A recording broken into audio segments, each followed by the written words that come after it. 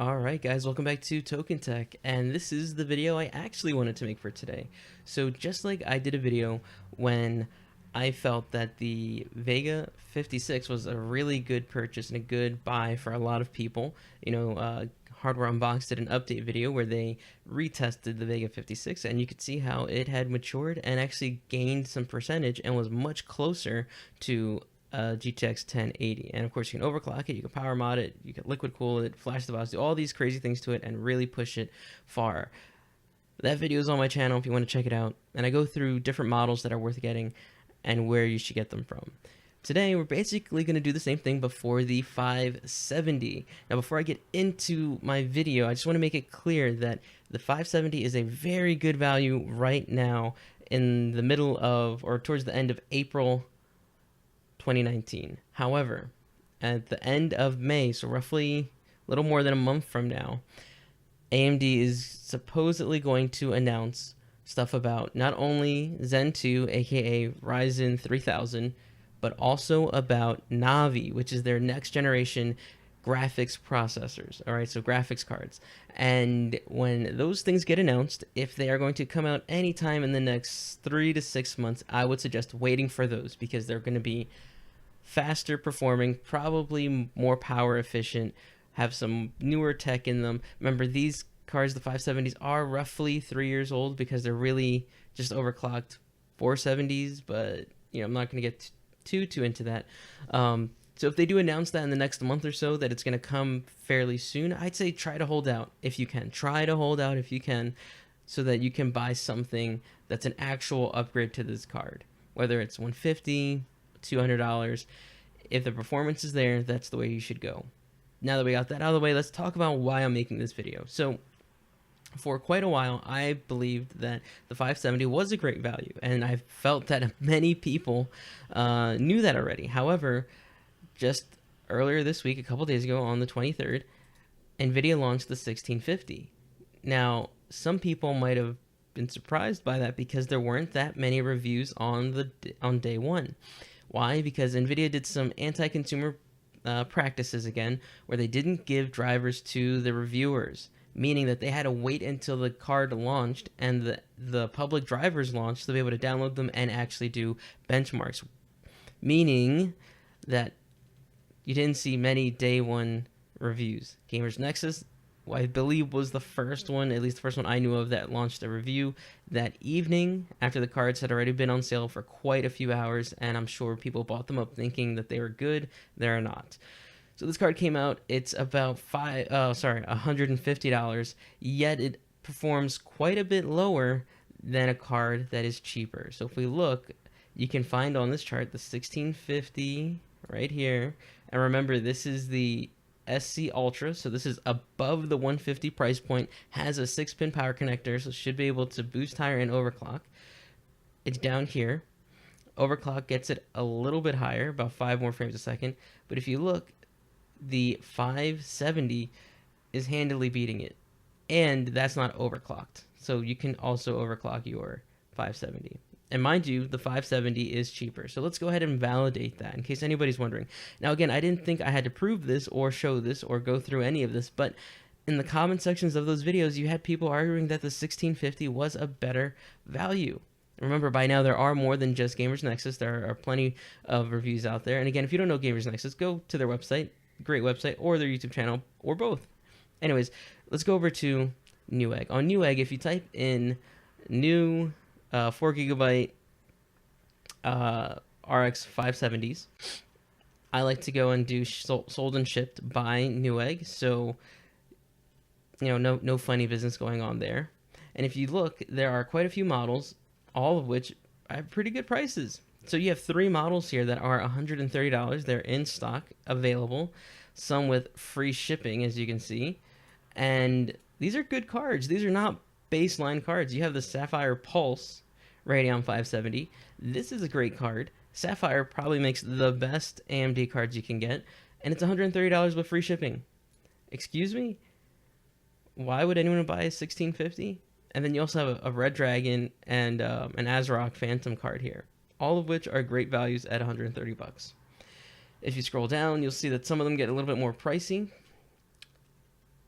I probably wouldn't go for any of the like kind of crazy expensive ones like these ones.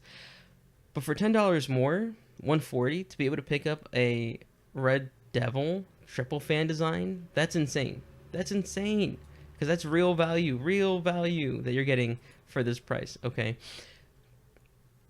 Well, that's Newegg. Let's see if that's the case on Amazon. Well, as you can see, it is the case on Amazon. You have that same card, the Pulse, for 140, so a little bit more. But you also have the Red Dragon, the same card for the same price. And this is ridiculous. Don't buy that. But if you scroll around, you'll see that they also have the Red Devil at the same price as Newegg, and you can find deals here as well. Not as many as Newegg, but the ones that are worth getting are here. So you can do that on both Newegg and Amazon if that's your whichever one you prefer. Okay. Now compare that to the 1650. This is the same thing, sold and shipped by Newegg. New 1650s, lowest price at the top, 150. Single fan, really poor cooler on this. And in case you were wondering, no 6-pin connector. This is just a 75-watt graphics card, meaning that it's not going to boost that high. It's not going to overclock very well. This card is for, I'd say, basically system integrators. And if you happen to buy a used Office PC off eBay really cheap, and it happens to come with a custom power supply that you can't swap out, and it doesn't have a connector for a graphics card, okay, maybe this is worth it. And that's still a big maybe. But probably that's the only use case. If we go back, you'll see that there are some that go above 150, 160, above 160, 170, all the way up to 180. 180 for this card. That's in the range of a 4GB RX 580. What? That 580 will destroy all of these graphics cards. It makes no sense. Why would anyone buy this except for that one use case I already talked about, which is in a used Office PC? That's the only use case I could think of, and even there, it's questionable, because if you can switch out the power supply in one of those machines, I would recommend you take the price difference between this and this, invest it into a power supply, swap out the power supply, and put in one of these cards. Better gaming performance, better thermals, better overclocking. You'll just have a better time all around. Unless there's some sort of BIOS incompatibility. There's so many issues with those used Office PCs. But if you're building, let's say, a mid-range gaming computer, there's no reason to not go for the 570. And if you're upgrading from like a 950, again, no reason not to go for a 570. Now, if you are on a tight budget, you're not going to be able to afford the 1650 anyways. Maybe $130 is even outside of your range. Well, if you hop over onto eBay, and you guys know I love my used graphics cards, you can find these cards even cheaper on eBay. So this is the 4GB version, used, buy now.